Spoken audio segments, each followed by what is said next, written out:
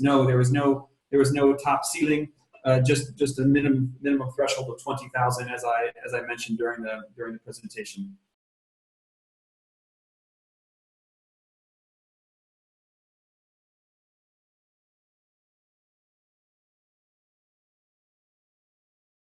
Yeah, so that's a good question. So the twinning idea is definitely something interesting that would be considered during the evaluation process of the application. So a twinning where a EU city is twinning with a city in the developing world would definitely be looked favorably upon.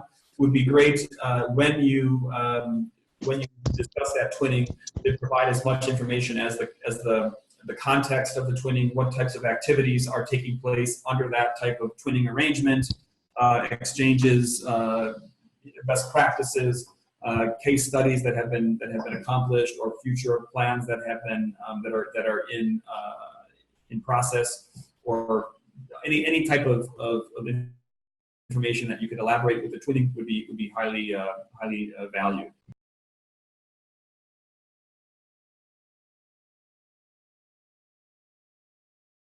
So the answer to that is yes, cities in the UK are allowed to apply. However, this is Fabio, where maybe if there's any clarification you can provide. My understanding is that for the winning city, the country has to be a member of the EU at the winning city during the period of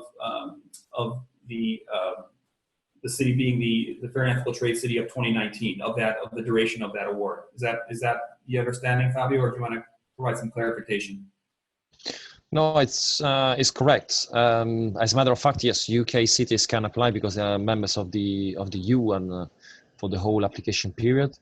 The problem is that given the whole uncertainty around the Brexit process, we inserted in the rules of context a clause saying basically what Joe just explained. So a city must be part of the EU for the whole period in which it will carry the title or winner of a special mention. And this is related to the fact that, of course, this is an award that is linked to our trade policy, and it's an EU trade policy.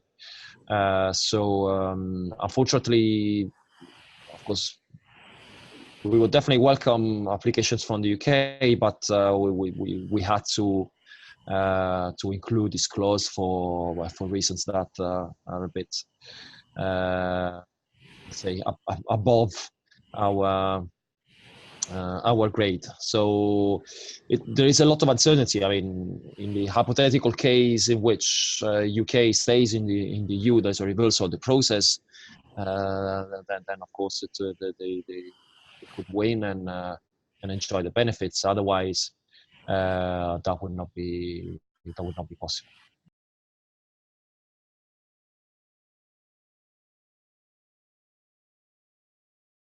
So here, this gets back to the kind of the criteria, the rules for entry. So in the case, I mean, it's not a very applicable case because it's Switzerland, which is not part of the EU. But let's say that, for example, in Switzerland, there's obviously a very between Geneva and other French cities just across the border, or Basel, for example, and French cities just across the Swiss border from Basel.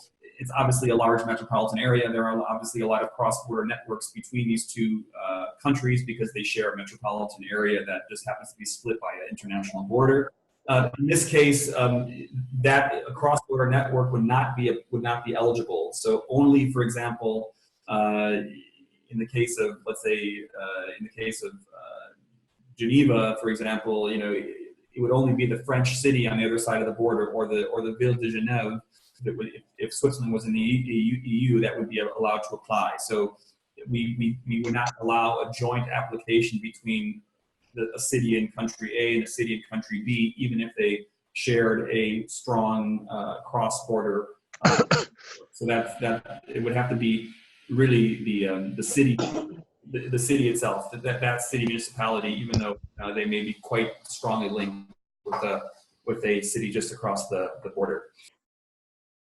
Cooperation programs between cities on sustainable trade, for an ethical trade, that will of course that will be taken into account for the application. That would be positive points for the application. I mean, also the development of networks within the EU to trade with external partners. That would definitely be something to include in the applications that we looked at.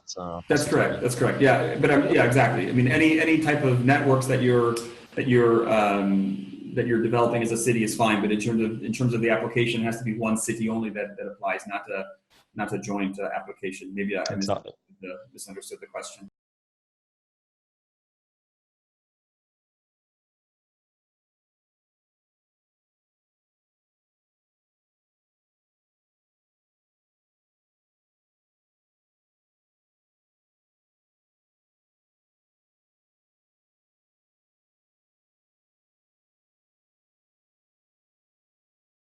Is really at this point it's an open possibility in terms of the project. I mean, we're only really limited, if you will, by the budget that we have from the project basis. However, there were other cities that wanted to partner, or there were NGOs that were involved. I mean, we would be open to collaborating. So again, I think that what my recommendation would be to the applicant city, is that if you have ideas in terms of NGOs to involve, or candidate cities in the global south, or other even EU cities that you're already in contact with in your network, that you'd be interested in engaging with in this project, please articulate that in the application, because that would be obviously quite interesting to us. And we haven't really closed any doors per se on the scope or nature of the development project, or indeed kind of partnerships that can be, or consortia that can be developed in that initiative.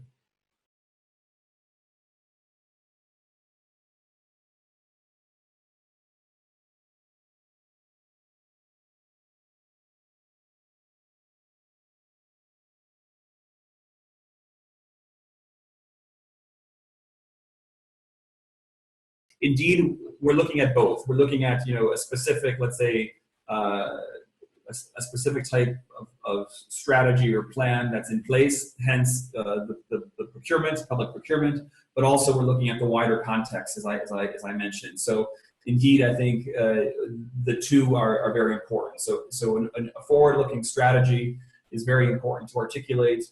Any existing cooperation activities that you're engaged in are also key to mention and reference in your application. So please do that as well. And for more of the information that we're kind of looking at, I would consult not only the rules of contest, but more importantly, probably in this case, the Living Book.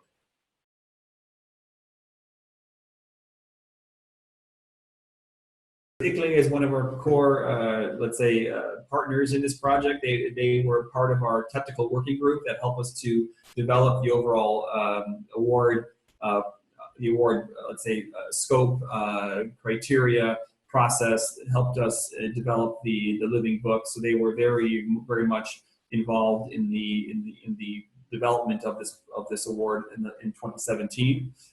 So we're also reaching out through our various partners to really, including ICLEI, to really engage and spread the word about the award.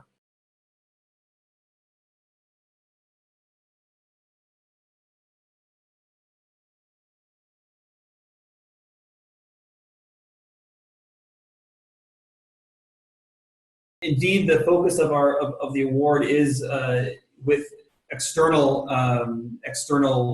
countries outside of the EU.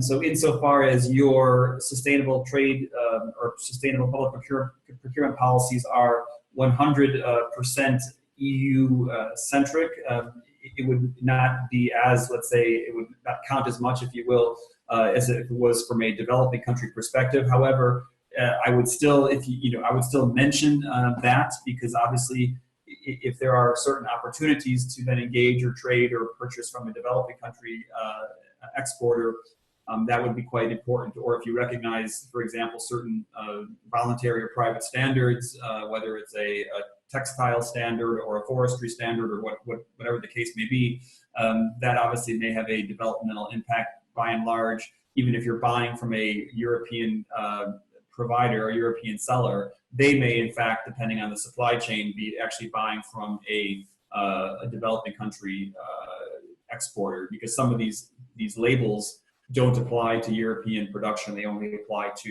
production in a developing country context. So I would still mention it, because depending on the situation, it could have an effect on your application.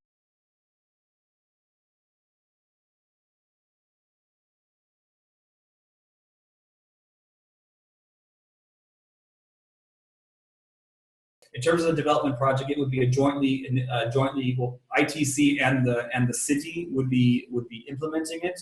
DG Trade would have oversight, project oversight. The funds would come from DG Trade to ITC, and then those funds, the €100,000, would then be 100% utilized for the implementation of the project. So what does that mean? That means that any type of local costs, the travel costs, for example, consultancy type costs that are incurred, would be then covered under that budget.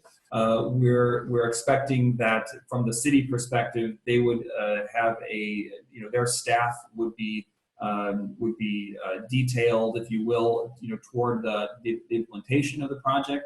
But the travel costs and all types of all the types of travel costs or lodging, or any type of activities, trainings that we do in the field, for example, with the city, would be covered under that budget. The running time of the project would probably be around a year, or because we want to then obviously have the lessons learned from that project feed into the next round of the city award for 2020.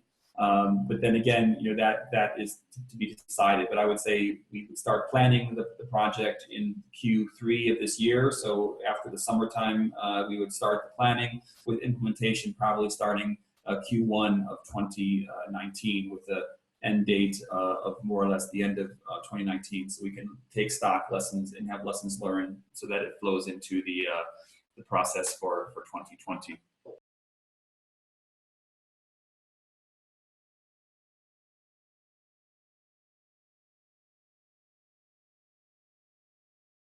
So, the official, let's say, recommendation is that obviously the application be submitted in English. But if you're providing like web links that are only in a local or national language, please do provide those links, and then perhaps a description in English as to what the links entail and what type of evidence the links are actually providing, and then based on that, we would have our colleagues in the evaluation process translate the web pages that you provide. But I would provide as much information, much background information as to the nature of the link, the nature of the evidence, and why it's important to the application. And then we would have a native speaker do the translation as well as a verification. If I can add to what Joe just said, of course, the evidence provided in languages other than English would be valued the same way. I mean, there is a website in any EU official language that it will receive as many points as any other evidence submitted in English. We, let's say, suggest providing information in English is also because we, when translating, we can also misinterpret some of the information. So the work of the evaluation committee will be done in English. Work of the jury will be done in English. So if cities can submit their applications in English or submit parts of the evidence in English, that will make the work of the evaluation committee much easier. But having said that, it will be all evidence and all material submitted in any of the EU official language will be treated exactly the same. Any other questions?